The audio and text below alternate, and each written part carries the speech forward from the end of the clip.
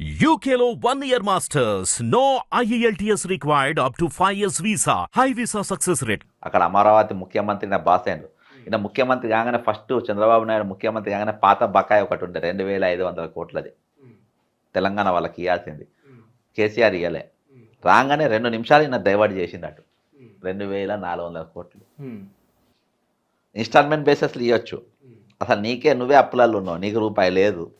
అవును, ఇక్కడ బంగారు కొండలు మట్టి కొండలే ఉన్నాయి అన్నావు. ఇంకా అన్నావు నువ్వు 2500 కోట్లు ఎందుకు ఇవ్వాల్సి వచ్చింది? ఒక్క పత్రిక రాయాలి, ఒక్క పేపర్, ఒక్క న్యూస్ పేపర్ రాయాలి. మేనేజ్ చేసిండ పత్రికలను కూడా రాయలేదు. వాళ్ళు అడగాలి.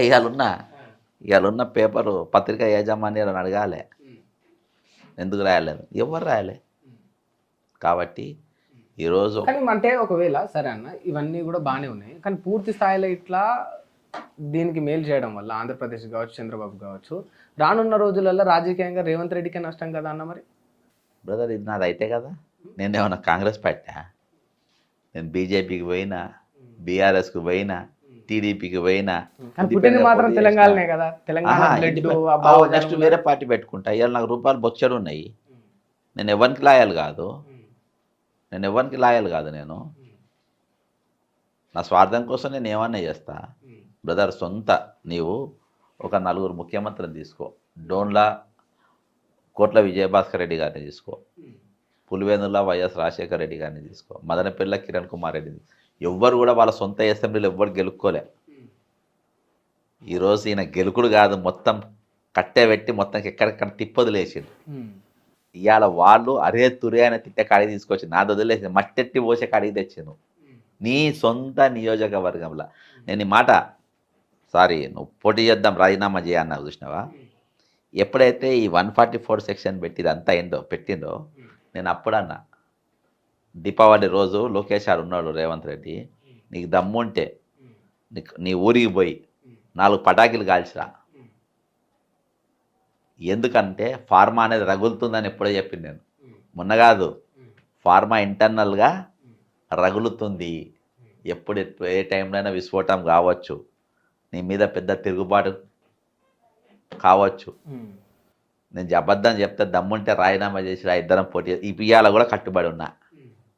ఇవాళ కూడా చెప్తున్నా రేవంత్ రెడ్డికి, ఇవాళ కూడా మీ ద్వారా, మీ హిట్ ఛానల్ ద్వారా చెప్తున్నా, రేవంత్ రెడ్డి ఇప్పుడు కూడా నువ్వు నిజంగా ప్రజలంతా 90% ఆమోదం అంటున్నావు కదా ఈ గ్రామాల దానికి, నీ కోడంగల్ ఇప్పుడైనా రాజీనామా చేయి, ఇద్దరం పోటీ చేద్దాం.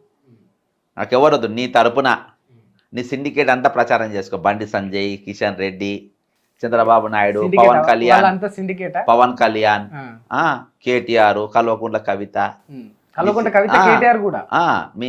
మీ సిండికేట్ అందరినీ నేను ఏడ చూడలేను. అంటే బీఆర్ఎస్ కాంగ్రెస్ ఒకటనగినా, బీజేపీ కాంగ్రెస్ ఒకటనగినా, కానీ 3 పార్టీలు ఒకటనగా నేను మీ దగ్గర నుంచే వింటున్నా. అడికోట్ ఇన్ఫ్రాస్ట్రక్చర్ రేవంత్ రెడ్డి దమ్ముంటే ప్రెస్ మీట్ పెట్టు, అందులో ఎవరెవరి పార్ట్నర్స్.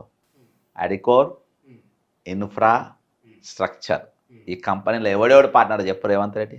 ఎవరెవరు ఉన్నారన్నా చెప్పమని రాదు. పటేల్ను ట్విట్టర్లో పెట్టు, మీ హిట్ ఛానల్కి వెళ్ళి.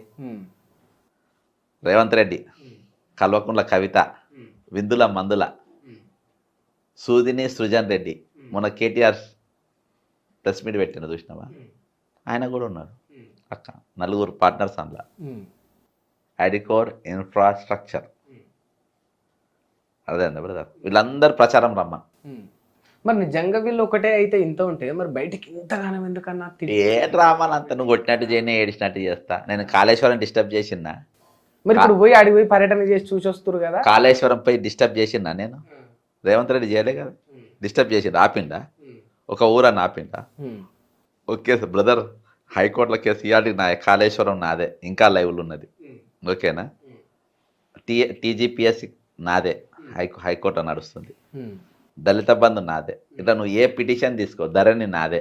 ధరణి ఒరిజినల్ స్కామ్, దాని నేరత్వం బయటికి తీసింది నేనే. ఇన్ని పిటిషన్లు చేసినందుకే మిమ్మల్ని తొక్కేసినట్టున్నారు రాజకీయంగా. అబ్బా, కవితమే కేసులు వేసినందుకు మెయిన్గా. రేవంత్ రెడ్డికి బాధ ఏంటంటే పార్ట్నర్ కదా, వ్యాపార పార్ట్నర్. నేను సురేఖ చేసినట్టుగా చిల్లరగా కామెంట్ చేయను. నేను బిజినెస్ అడికోర్ ఇన్ఫ్రాస్ట్రక్చర్ పార్ట్నర్, మా వ్యాపార భాగస్వామి మీద నువ్వు కేసులు వేస్తావా అని రేవంత్ రెడ్డి తీర్మాన్ మల్లయ్యతో క్వశ్చన్ అడిగిపించుకుంటాడు. తీర్మాన్ మల్లయ్య ఛానల్లో. ఇట్లా అడుగు మళ్ళా నువ్వు అడుగుతాడు. జడ్సన్ అడగానే ఆయననే అడిగిపించుకుంటాడు రేవంత్ రెడ్డి. అడిగిపించుకొని బక్క జడ్సన్ ఎవరంటే ఆయన ఒక యావరేజ్ లీడర్ అని నేను అంటాడు. అన్నాడు తీసేయాలన్నట్టు ఇట్లా అన్నాడు చూసాను నేను. తీసేసి చూసినావు కదా యావరేజ్ లీడర్. అట్లా అడిగిపించుకున్నాడు అబ్బా. అట్లా అడిగిపించి నా మీదకి వచ్చిండు. ముఖ్యమంత్రి అయినాక కూడా ఉమ్, 3-4 సార్లు వేదికల పైన మాట్లాడాను. ఎందుకంటే వీళ్ళు 100% ఇదంతా డ్రామా ఇదే బ్రదర్. అన్నిటికన్నా పెద్ద ఇష్యూ బ్రదర్ ఉమ్, సింహాద్రి. నువ్వు ఏ తప్పు చేయలేదు సింహాద్రి. నువ్వు ఒకరిని కొట్టలే, ఒకరిని తిట్టలే, నీ చేతికి పలికిస్తా అదేంటా. నేను రౌడీ షీటర్ అంట, అన్ని దిక్కులకెళ్ళి ఫోటోలు తీస్తా. నువ్వు ఏం తప్పు చేయలే. ఊర్లలో కూడా నువ్వు మంచోళ్ళే అనుకుంటారు. రౌడీ షీట్ ఫోటో నీకు పెట్టి ఫోటో పెట్టినాక నువ్వు ఎవరిని ఏమనవు. కానీ నీకు రౌడీ షీట్ అనే ముద్ర ఉన్నది. నీకు నౌకరు వస్తుందా? ఉమ్, రాదు రాదు. పిల్లనిస్తారా? ఇయ్యరు. సొసైటీలో నీకేం పేరు ఉంటుంది?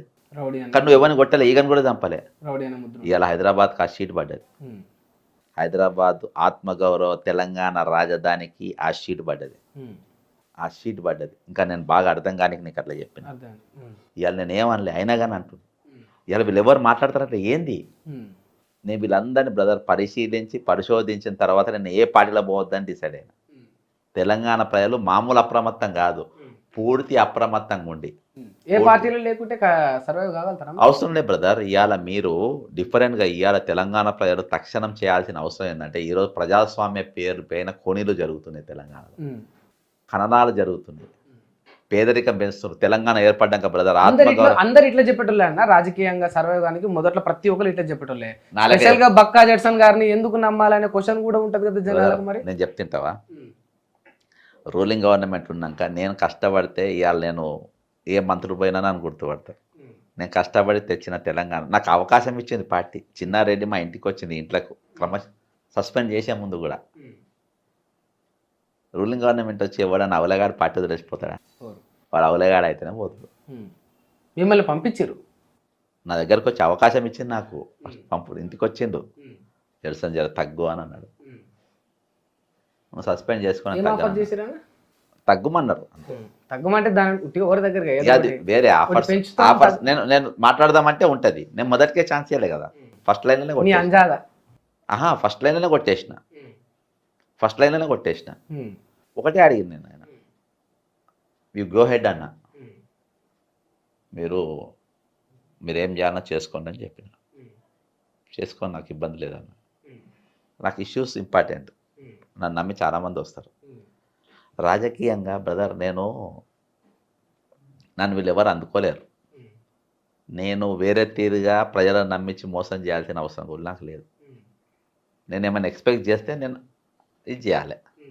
నాకు ఎక్స్పెక్టేషన్స్ ఏముంటాయి? పబ్లిక్కి వెళ్ళి ఏముండే, ఇవాళ పబ్లిక్ను అవలబనాయించి, పబ్లిక్ను ఉద్యమంలో దింపి, పబ్లిక్ ఆత్మహత్యలు చేసుకునేటట్టుగా చేసి, ఆ ఆత్మగౌరవ తెలంగాణ, ఆ స్వయం పాలన తెలంగాణ, మన నిధులు మన నీళ్లు మన నియామకాలని రెచ్చగొట్టిన తెలంగాణ, 12 మంది విద్యార్థులు చచ్చిపోయేటట్టు చేసి, ఈరోజు తెలంగాణ వచ్చిన తర్వాత 1,00,000 మందిని బిలో పావర్టీ లైన్ కిందికి నూకిన ఈ పాలకుల గురించి మాట్లాడినప్పుడు, అవి తెలిసినప్పుడు కడుపు రగిలిపోతుంది. తెలుసా బ్రదర్?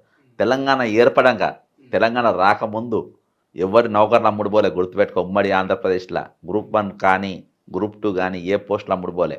1-2 వాళ్ళ పైరవికారకు ఇచ్చుకోవచ్చు, కానీ 90% క్లియర్గా అయినాయి, 99% నీట్గా అయింది ఉమ్మడి ఆంధ్రప్రదేశ్ ఉన్నప్పుడు. పేదరికంలో నెట్టబడలే. భూమి లేని వాళ్ళ భూములు ఇచ్చిండ్రు. ఎవడైనా కానీ ఏ పార్టీ అయినా ఉండ కానీ. ఇండ్లు లేని వాళ్ళకి ఇండ్లు కట్టించిండ్రు. ఇప్పుడు ఇండ్లు ఉన్నాయి కూలగొడుతుండ్రు, గుంజుకుంటుండ్రు, భూములు గుంజుకుంటుండ్రు. అర్థమైందా బ్రదర్? ఇది తెలంగాణ ఏర్పడ్డాక ఈరోజు నన్ను 1,00,000 మంది పేదరికంలో నెట్టబడ్డారు. ఇప్పుడు ఆయన ఇల్లు ఎందుకు కూలగొట్టలే? ఈరోజు అదే చెప్తున్నా. ఇప్పుడు చట్టం అనేది, రూల్స్ అనేది మనిషికి ఎందుకు డిఫర్ అవుతాయి? అందరికి ఒకటే రూల్ ఉండాలి. బ్రదర్, నీవు ఇల్లు తీసుకో, దానికి ఒక చట్టం ఉంది, 2013 land acquisition act. Rahul Gandhi గారు పార్లమెంట్లో మొన్న కూడా స్పీచ్లో చెప్పిండు, ఇల్లుకి ఇల్లు, భూమికి భూమి, జాగకి జాగ. నా ఇల్లు ఉన్నప్పుడు, నా భూమి పోయినప్పుడు నువ్వు నాకు దానికి అప్పచేషన్ ఇచ్చి తీసుకో.